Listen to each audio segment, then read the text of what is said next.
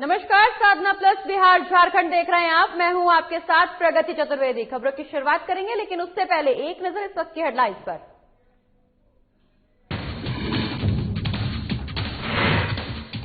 रांची में सीता सोरेन के बयान पर सियासत। सीता सोरेन बोली, सुनेंगी कार्यकर्ताओं की समस्याएं, पार्टी कार्यालय में करेंगी कार्यकर्ताओं से संवाद। दिल्ली दौरे पर मुख्यमंत्री हेमंत सोरेन, राज्य के विकास को लेकर मुख्यमंत्री चिंतित, केंद्रीय मंत्रियों से कर रहे हैं मुलाकात। कृषि कानून को लेकर किसानों का आंदोलन जारी, किसान संगठन और सरकार के बीच 10वें दौर की हुई बातचीत। 10वें दौर की बातचीत में सरकार ने दिया किसानों को प्रस्ताव। पटना में शिक्षक बहाली के खिलाफ अभ्यर्थियों का हल्ला बोल, प्रदर्शन में शामिल हुए आरजेडी नेता तेजस्वी यादव, सरकार से की बहाली की मांग।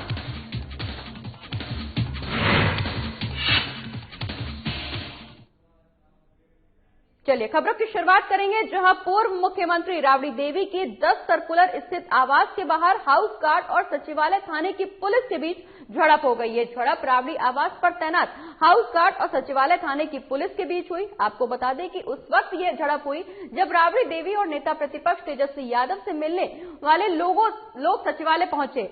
आपको बता दें कि पुलिस ने सर्कुलर रोड से उन्हें हटाना शुरू किया। दरअसल आज आरजेडी के नेताओं की अहम बैठक राबड़ी देवी के सरकारी आवास पर बुलाई गई है। वहीं बैठक में शामिल होने के लिए बड़ी तादाद में आरजेडी के नेता और कार्यकर्ता 10 सर्कुलर पहुंच रहे हैं, लेकिन सर्कुलर रोड पर गश्ती कर रही सचिवालय थाने की पुलिस ने आरजेडी नेताओं और कार्यकर्ताओं को वहां से हटाना चाहा, जिसके बाद पूर्व मुख्यमंत्री के हाउस गार्ड ने आपत्ति जताई और यहीं से बात बिगड़ती हुई शुरू हो गई और विवाद बढ़ गया। कल का जो घटना है, जिस तरह से रोकने का कार्रवाई इन लोगों ने किया है, तो निश्चित रूप से गलत है। क्योंकि जब नेता प्रतिपक्ष हैं तो इनके बाद इनसे मिलने के लिए बिहार के जितने भी पीड़ित लोग हैं, फरियादी हैं, वो आएंगे और सरकार के जो गलत नीति है, गलत कार्यक्रम है, गलत काम है, उसके बारे में इनको बताने के लिए आएंगे। इसके लिए यदि कोई पुलिसकर्मी इनसे मिलने के लिए रोकता है तो दैट इज वेरी रॉन्ग। इसकी जितनी भी निंदा की जाए कम है और हम समझते हैं यहाँ के पुलिस महानिदेशक को अविलंब संज्ञान लेना चाहिए। ऐसे पुलिसकर्मी पर अविलंब कार्रवाई करनी। अभी भी नहीं, आप बहुत ज्यादा मत बोलिए।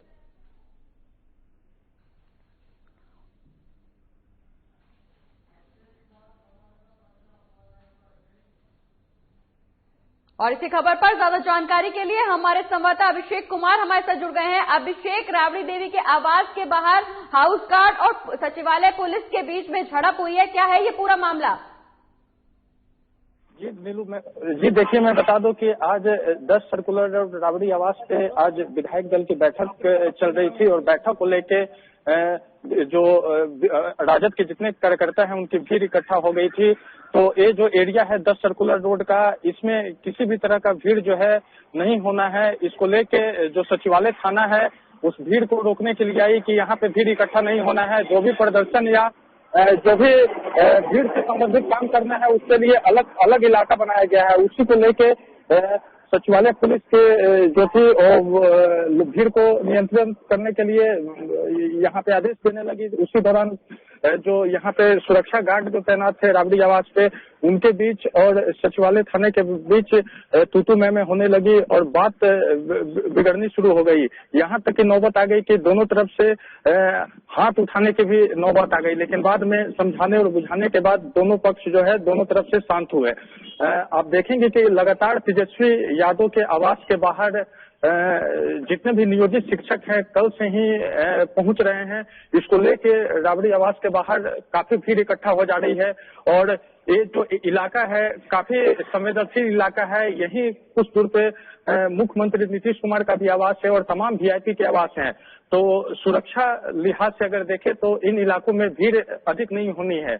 इसी को लेकर सचिवालय पुलिस जो है इस भीड़ को शांत करने के लिए कि यहाँ भीड़ इकट्ठा ना हो, समझाने के लिए लोगों के पास आई और उसी दौरान जो सचिवालय पुलिस और राबड़ी देवी आवास के पास में जो गार्ड हैं उनके बीच में झड़प हो गई। जी जी बिल्कुल अभिषेक, इस दौरान बात ये भी सामने आई है कि राबड़ी आवास पर बैठक बुलाई गई थी, जिस बैठक में शामिल होने के लिए तमाम नेता और कार्यकर्ता पहुंच रहे थे, जिस दौरान पुलिस ने उनको हटाने की कोशिश की, तब ये झड़प हुई। किस मुद्दे को लेकर बैठक चल रही थी राबड़ी आवास में? जी आज मैं बता दूं कि आज राबड़ी आवास पे विधायक दल की बैठक होनी है, बैठक चल रही है और इसको लेके जितने भी राजद के विधायक हैं, कार्यकर्ता हैं, सब इकट्ठा हुए हैं राबड़ी आवास पे। और अगर कल की बात करें तो कल जितने भी नियोजित शिक्षक हैं वो तेजस्वी के आवास पे आए थे और यहीं से धरना प्रदर्शन शुरू किया था। और फिर जो धरना है पटना के इको पार्क में शुरू हुआ, उसको लेके जो पुलिस है काफी सचेत थी और पुलिस भीड़ को देखते हुए पुलिस को लगा कि कोई प्रदर्शन करने वाले तेजस्वी से मिलने के लिए आए हैं। उन्हें नहीं पता था कि ये बैठक विधायक दल की चल रही है। इसी दौरान जो है सुरक्षा कर्मी जो राबड़ी आवास के हैं और सचिवालय थाना के पुलिस दोनों के बीच में भिड़ंत हो गई। बाद में दोनों तरफ से मामले को शांत कराया गया और तब जाके सचिवालय पुलिस है वो थाने लौट गई। अभी फिलहाल बैठक चल रही है। बैठक के दौरान अंदर जितने भी राजद के विधायक हैं, कार्यकर्ता हैं, सब शामिल हुए हैं। ऐसा अनुमान लगाया जा रहा है इस बैठक में मुख्य रूप से किसान कृषि बिल को लेकर जो राजद का स्टैंड है उस पर बात होगी। साथ ही आगामी 19 फरवरी से बजट सत्र शुरू होने वाला है, उस पर लेकर भी चर्चा होगी कि आखिर बजट सत्र में राजद किन किन मुद्दों पे सरकार को घेरेगी। जी बिल्कुल अभिषेक, तो क्या कुछ रणनीति रहेगी बजट सत्र को लेकर आरजेडी की? जी बिल्कुल, आप देखेंगे कि लगातार जो 3 किसान बिल है उसको लेके बजट सत्र में भी विरोध का सामना करना पड़ेगा नीतीश सरकार को। साथ ही नियोजित शिक्षकों का मामला है। लगातार नियोजित शिक्षक जो हैं, जो टेट के अभ्यर्थी हैं, वो लगातार पटना में हंगामा कर रहे हैं और लगातार तेजस्वी यादव के आवास पे मिलने पहुंच रहे हैं। कल खुद तेजस्वी यादव उन नियोजित शिक्षकों के साथ धरना में शामिल हुए, प्रदर्शन में शामिल हुए, तो उनका भी मुद्दा उठाया जाएगा तेजस्वी राजद की ओर से। और इसके अलावा भी जो तमाम मुद्दे हैं, जो इधर जो भ्रष्टाचार के कई मामले आए हैं, नियुक्ति के मामले आए हैं, इसको लेके भी राजद सरकार को घेरने में इस बार लगेगी। 19 फरवरी से बजट सत्र शुरू हो रहा है जो 20 मार्च तक चलेगा। जी बिल्कुल अभिषेक, 19 फरवरी से बजट सत्र शुरू हो रहा है। इसको लेकर आरजेडी तमाम रणनीतियों के तहत बजट सत्र में उतरेगी। बहुत बहुत शुक्रिया अभिषेक, ये तमाम जानकारी हमारे दर्शकों तक पहुंचाने के लिए। तो नेता और कार्यकर्ताओं को पुलिस ने हटाया है। आपको बता दें कि पूर्व मुख्यमंत्री राबड़ी देवी के 10 सर्कुलर स्थित आवास पर बैठक चल रही थी, जिस दौरान तमाम नेता और कार्यकर्ता वहां पहुंच रहे थे। वहीं सचिवालय पुलिस ने इस दौरान नेताओं और कार्यकर्ताओं को हटाना चाहा, जिसके बाद सचिवालय राबड़ी आवास के बाहर खड़े हुए हाउस गार्ड और सचिवालय पुलिस के बीच तीखी नोकझोंक देखने को मिली। बढ़ते आगे, जो हम मुख्यमंत्री हेमंत सोरेन लंबे समय के बाद दिल्ली दौरे पर हैं। इस दौरान उन्होंने अपने गठबंधन सहयोगी कांग्रेस के राष्ट्रीय अध्यक्ष सोनिया गांधी और पूर्व अध्यक्ष राहुल गांधी से मुलाकात की। उसके बाद लगातार केंद्रीय मंत्रियों से भी मुलाकात कर रहे हैं, जिससे राज्य को केंद्र का सहयोग मिल सके। आपको बता दें कि राज्य का काफी बकाया केंद्र के पास है, लिहाजा मुख्यमंत्री राज्य के विकास को लेकर चिंतित हैं। वहीं मुख्यमंत्री हेमंत सोरेन के दिल्ली दौरे के क्या मायने हैं, देखिए इस रिपोर्ट में। मुख्यमंत्री हेमंत सोरेन लंबे अंतराल के बाद दिल्ली दौरे पर हैं। इस दौरान उन्होंने अपने गठबंधन सहयोगी कांग्रेस के राष्ट्रीय अध्यक्ष सोनिया गांधी और कांग्रेस के पूर्व अध्यक्ष राहुल गांधी से मुलाकात की। मुलाकात के दौरान उन्होंने 1 साल के कार्यकाल और राज्य के विकास के लिए आगामी रणनीति को लेकर चर्चा की। सरकार गठन के 1 वर्ष पूरे हो चुके थे और जब हम महागठबंधन में सरकार चला रहे हैं तो माननीय मुख्यमंत्री जी हमारे केंद्रीय नेतृत्व से मिलने के लिए शिष्टाचार वर्ष दिल्ली गए हैं और विगत वर्ष सरकार के स्तर पर जनता के हित में जो भी निर्णय लिए गए या जो कार्य हुए उनको बताना उन्होंने उचित समझा और आगे आने वाले दिनों में जो 4 वर्षों के जो रोड मैप है उसको लेकर के भी चर्चा हुई। राज्य के विकास को लेकर मुख्यमंत्री हेमंत सोरेन काफी चिंतित है। यही वजह है कि उन्होंने कई केंद्रीय मंत्रियों से भी मुलाकात की है। सोरेन ने केंद्रीय गृह मंत्री अमित शाह और खनन मंत्री प्रहलाद जोशी से मुलाकात की है। मुख्यमंत्री हेमंत सोरेन इस दौरान केंद्र से सहयोग की अपेक्षा की है। गृह मंत्री अमित शाह ने राज्य को सहयोग करने की बात कही है। वहीं मुख्यमंत्री राज्य में राष्ट्रीय राजमार्ग को लेकर कैबिनेट मंत्री नितिन गडकरी से भी मुलाकात की है। झारखंड में राष्ट्रीय राजमार्ग को लेकर के कई प्रोजेक्ट वर्तमान में केंद्र से लंबित हैं, उन पर चर्चाएं हुई है। बहरहाल लेकर मुख्यमंत्री केंद्र से राज्य सरकार को सहायता देने के लिए लगातार मांग कर रही है। हालांकि मुख्यमंत्री हेमंत सोरेन के दिल्ली दौरे और केंद्रीय मंत्रियों से मुलाकात पर बीजेपी तंज कसती नजर आ रही है। बीजेपी के प्रदेश प्रवक्ता प्रतोष शाहदेव ने कहा है कि सीएम दो चरित्र दिखाते हैं, एक तरफ राज्य में केंद्र को कोसती है और अब दिल्ली जाकर केंद्रीय मंत्रियों से मुलाकात कर रहे हैं।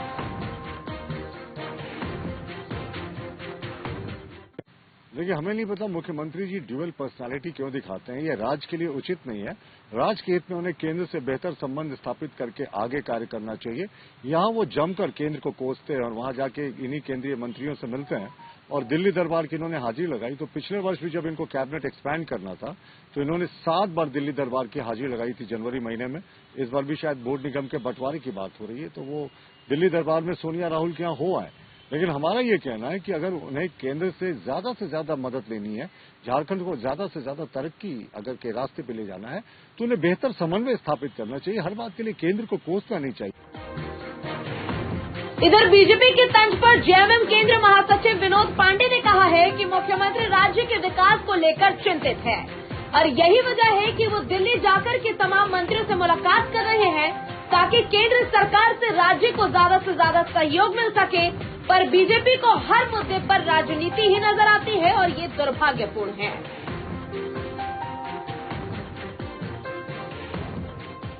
के इस राज्य की समस्याओं को लेकर के, इस राज्य के विकास को लेकर के काफी चिंतित है और गंभीर भी है। ये गंभीरता उनकी आपको इस राज्य में भी दिखती है और राज्य से बाहर जब वो गए हैं दिल्ली, तो वहां भी ये गंभीरता आपको दिख रही होगी। वो लगातार, चाहे वो केंद्रीय गृह मंत्री हो, चाहे कोयला मंत्री हो या अन्य जो मंत्री हैं, सभी मंत्रियों से वो मिलने का प्रयास कर रहे हैं, मिल भी रहे हैं और राज्य की समस्याओं से उनको अवगत भी करा रहे हैं और राज्य को सहयोग करने की वो अपील भी कर रहे हैं। वो सराहनीय है। लेकिन भारतीय जनता पार्टी के लोगों को ये बात समझ में नहीं आती है। उनको हर बात में राजनीति करने का जो अवसर मिलता है या वो अवसर ढूंढते हैं। कांग्रेस प्रवक्ता राकेश सिन्हा ने भी मुख्यमंत्री की पहल की तारीफ की है। उन्होंने कहा है कि मुख्यमंत्री हेमंत सोरेन दलगत भावना से ऊपर उठकर केंद्र मंत्रियों से मुलाकात कर रहे हैं ताकि केंद्र और राज्य के बीच समन्वय स्थापित हो सके और राज्य का विकास सुनिश्चित हो।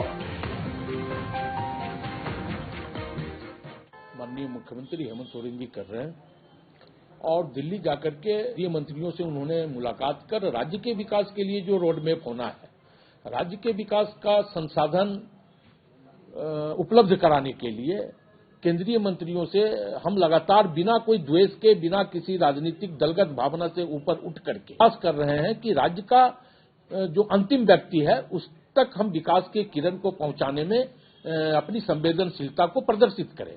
और यही वजह है कि माननीय मुख्यमंत्री केंद्रीय मंत्रियों से लगातार मिलते हुए राज्य के विकास का रोड मैप तैयार करते हुए और राज्य के विकास की संभावनाओं पर वो चर्चा कर रहे हैं। बहरहाल मुख्यमंत्री जिस तरीके से लगातार केंद्र मंत्रियों से मुलाकात कर रहे हैं, राज्य की समस्या रख रहे हैं, केंद्र से सहयोग की अपेक्षा कर रहे हैं, निश्चित ही मुख्यमंत्री का ये प्रयास उनके राज्य के प्रति चिंता को जाहिर करता है। लेकिन ये देखना लाजमी होगा केंद्रीय मंत्रियों से मुख्यमंत्री की मुलाकात के बाद राज्य को केंद्र से क्या कुछ मदद मिल पाता है।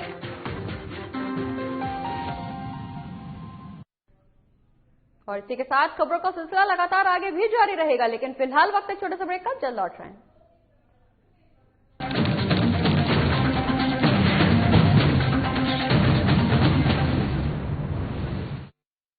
मैं हेमंत सोरेन सत्यनिष्ठा से प्रतिज्ञान करता हूं कि मैं विधि द्वारा स्थापित भारत के संविधान के प्रति सच्ची श्रद्धा और निष्ठा रखूंगा। शपथ ग्रहण के कुछ घंटे बाद ही मंत्रिपरिषद की बैठक और जिस पत्थलगड़ी ने राज्य को अशांत कर रखा था उसका समाधान हुआ। हजारों ग्रामीणों पर दर्ज प्राथमिकी वापस लेने का आदेश जारी। महिलाओं के खिलाफ हुए अपराध की त्वरित सुनवाई के लिए 22 फास्ट ट्रैक कोर्ट के गठन को मंजूरी। गरीबों के असाध्य रोगों के बेहतर इलाज हेतु 5 लाख तक की सरकारी मदद को अमली जामा पहनाया गया। जरूरतमंदों को भोजन उपलब्ध कराने के लिए 6,595 मुख्यमंत्री दीदी किचन, मुख्यमंत्री विशेष किचन, 1300 दाल भात केंद्र, राज्य भर के अस्पतालों में isolation ward, Covid ward, oxygen युक्त बेड, आईसीयू, वेंटिलेटर और संक्रमण के जांच की व्यवस्था हुई। अब जरूरत थी प्रवासी श्रमिकों को वापस लाने की। देश में सबसे पहले यहीं से पहल हुई और 484 श्रमिक एयरलिफ्ट 8.50 लाख श्रमिक भाइयों को श्रमिक स्पेशल ट्रेन से वापस लाया गया। 25 करोड़ मानव दिवस का सृजन एवं 20,000 करोड़ पारिश्रमिक देने के लक्ष्य के साथ योजना लागू की गई। श्रमिकों की मेहनत को सम्मान प्राप्ति के लिए बीआरओ से एमओयू हुआ और देश की सीमा पर सड़क निर्माण में संलग्न हुए। झारखंड की भावना को प्रतिबिंबित करने वाले राज्य के नए प्रतीक चिन्ह का अनावरण हुआ। महिला सशक्तिकरण की दिशा में फूलो झानो आशीर्वाद योजना के जरिए शराब हड़िया के निर्माण और बिक्री में शामिल महिलाएं अपने जीवन में बदलाव की प्रेरक कहानियां कर रही हैं। 26,000 सखी मंडल की बहनों को बैंक लिंकेज के माध्यम से 370 करोड़ एवं 111 कुशल नर्स को देश के बड़े अस्पतालों में नियुक्त किया गया। इस कड़ी को और सशक्त करते हुए 22 युवतियों को कपड़ा उद्योग में नौकरी दी गई। खेल के क्षेत्र में विश्व भर में परचम लहराने वाले झारखंड को 20 साल बाद 24 जिला खेल पदाधिकारी मिले, उनकी नियुक्ति सुनिश्चित हुई। इस तरह झारखंड अपने सीमित संसाधनों के साथ विकास के सभी सोपान तय कर रहा है ताकि राज्य की समृद्धि एवं समावेशी विकास की परिकल्पना को साकार किया जा सके।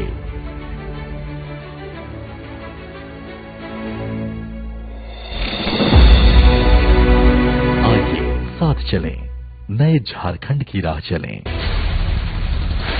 बिहार झारखंड के साथ देश दुनिया की हर बड़ी खबर देखिए फटाफट अंदाज में शाम 7:30 बजे। खबरें सुपरफास्ट सिर्फ साधना प्लस पर।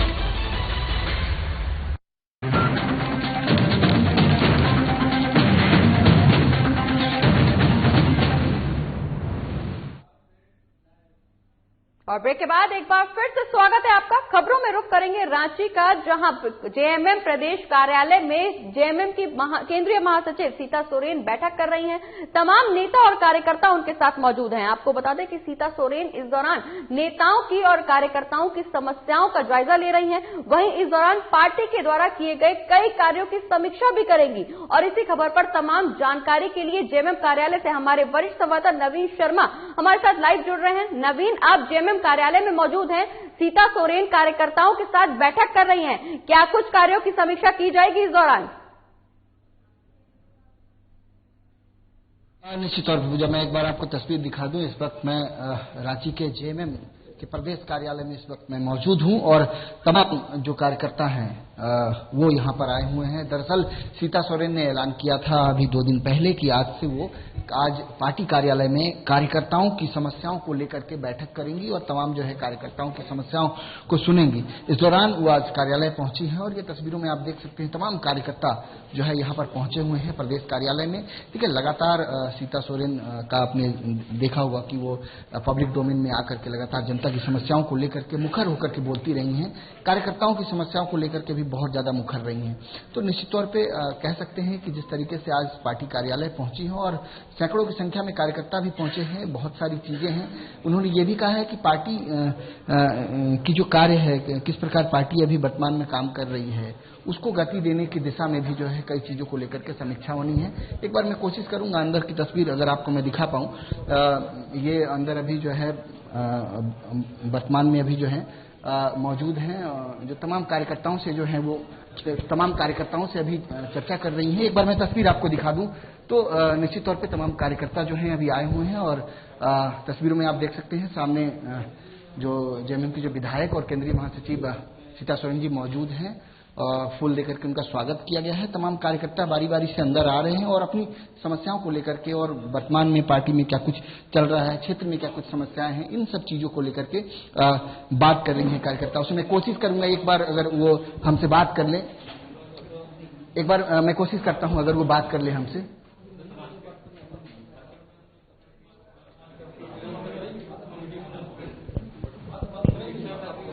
हम जब मना कर रहे हैं कि अभी नहीं देंगे तो आप क्यों बीच में काम कर रहे हैं?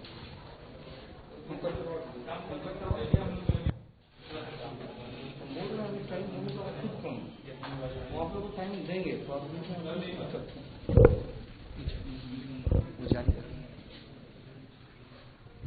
वीडियो तो जारी रखना, वहां से बाहर का।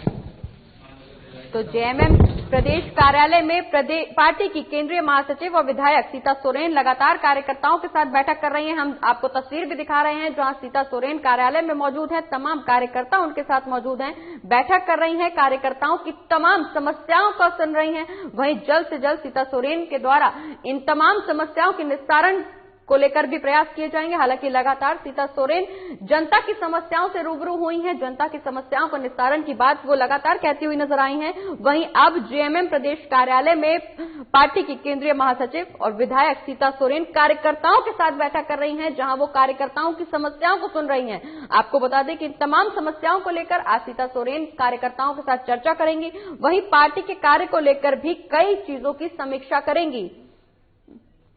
तो हमारे संवाददाता लगातार वहां मौजूद हैं, हम आपको तस्वीरों के माध्यम से दिखा रहे हैं। तमाम कार्यकर्ता वहां पहुंचे हुए हैं प्रदेश कार्यालय में, जहां जेएमएम की महासचिव, केंद्रीय महासचिव और विधायक सीता सोरेन वहां मौजूद हैं और विधायकों के साथ तमाम मुद्दों को लेकर चर्चा कर रही हैं। बहुत बहुत शुक्रिया नवीन, आप वहां पे मौजूद हैं। नवीन वहां पे मौजूद हैं और लगातार हमें एक एक पल की अपडेट्स दे रहे हैं। नवीन बहुत बहुत शुक्रिया।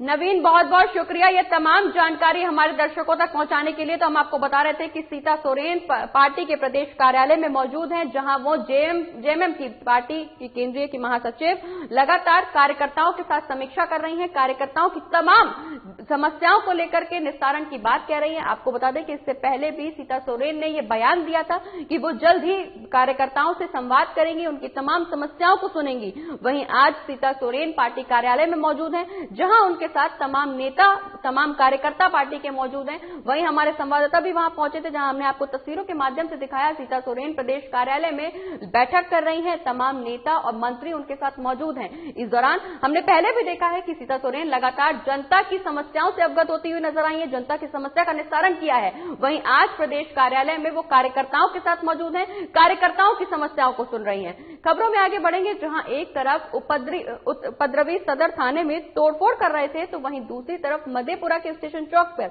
एक थोक किराना व्यवसायी की दुकान में 2 बाइक पर सवार 6 हथियारबंद अपराधी लूट की बड़ी वारदात को अंजाम दे रहे थे। मधेपुरा में बेखौफ अपराधियों ने हथियार के बल पर आलू प्याज के थोक विक्रेता की दुकान से 3 से 4 लाख रुपए लूट लिए।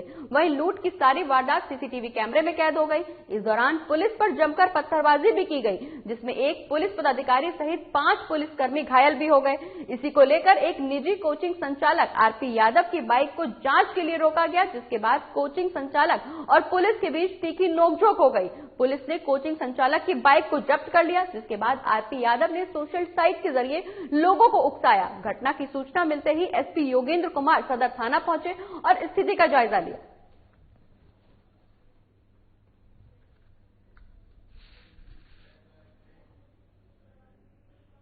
और अगली खबर बोकारो से है, जहां बेरमो में एक अज्ञात शव मिलने से सनसनी फैल गई। वहीं घटना की सूचना के बाद इलाके में हड़कंप मच गया। मौके पर पहुंची पुलिस ने बोरे में लिपटा हुआ शव को कब्जे में लेकर पोस्टमार्टम के लिए भेज दिया। फिलहाल पुलिस शव की पहचान में जुटी हुई है। 9 बजे सुबह में सूचना मिली कि एक अज्ञात शव करगली गेट बेरमो सिम रोड के दक्षिण में रेलवे पटरी के नजदीक में, खाड़ी के नजदीक एक बोरा में बंद करके एक शव पाया गया। घटनास्थल में पुलिस पहुंची, वहां पर देखा गया तो उसके सर में गहरा जख्म था। इसकी जांच की जा रही है। शव को पोस्टमार्टम में और अब बात लातेहार की करेंगे, जहां बेतला नेशनल पार्क में कर्नाटक के मसूर से लाए गए हाथी काल भैरव की मौत हो गई। वहीं सूचना के बाद वन विभाग प्रशासन हड़कंप मच गया। सूचना के बाद उपायुक्त अबू इमरान ने मामले का संज्ञान लिया और जल्द ही परियोजना कोर एरिया के उप निदेशक को लेटर लिखकर जवाब मांगा है।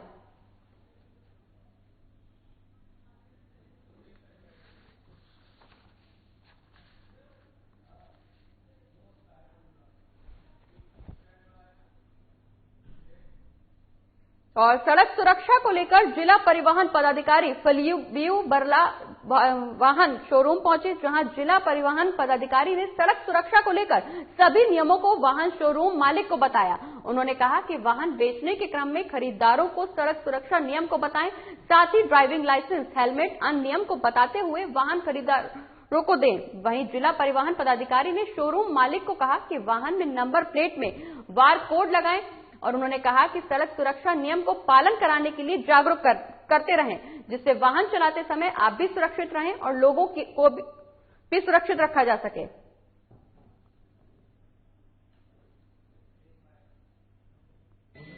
ये जो भी वाहन का निबंधन हो रहा है, पहले तो साधारण नंबर प्लेट, रजिस्ट्रेशन प्लेट होता था। अब जो है कि सेंट्रल गवर्नमेंट का नोटिफिकेशन के आधार पर अब जो भी नई गाड़ी आ रही है उसमें हाई सिक्योरिटी रजिस्ट्रेशन प्लेट लगाया जाना है। ठीक है, बिना हाई सिक्योरिटी रजिस्ट्रेशन प्लेट का कोई भी गाड़ी को डीलर को उसको नहीं देना है। और बांका जिले में एक बार फिर गोलीबारी की वारदात सामने आई है। यहां अमरकोट थाना क्षेत्र के मैगुआ बाचनी गांव में आपसी विवाद हो गया, जिसमें एक शख्स को गोली मारकर घायल कर दिया गया। तो वही घटना के बाद इलाके में हड़कंप मच गया। बता दें कि घायल शख्स का नाम पवन बताया जा रहा है, जिसका रेफरल अस्पताल में इलाज चल रहा है। फिलहाल पुलिस मामले की तफ्तीश में जुट गई है।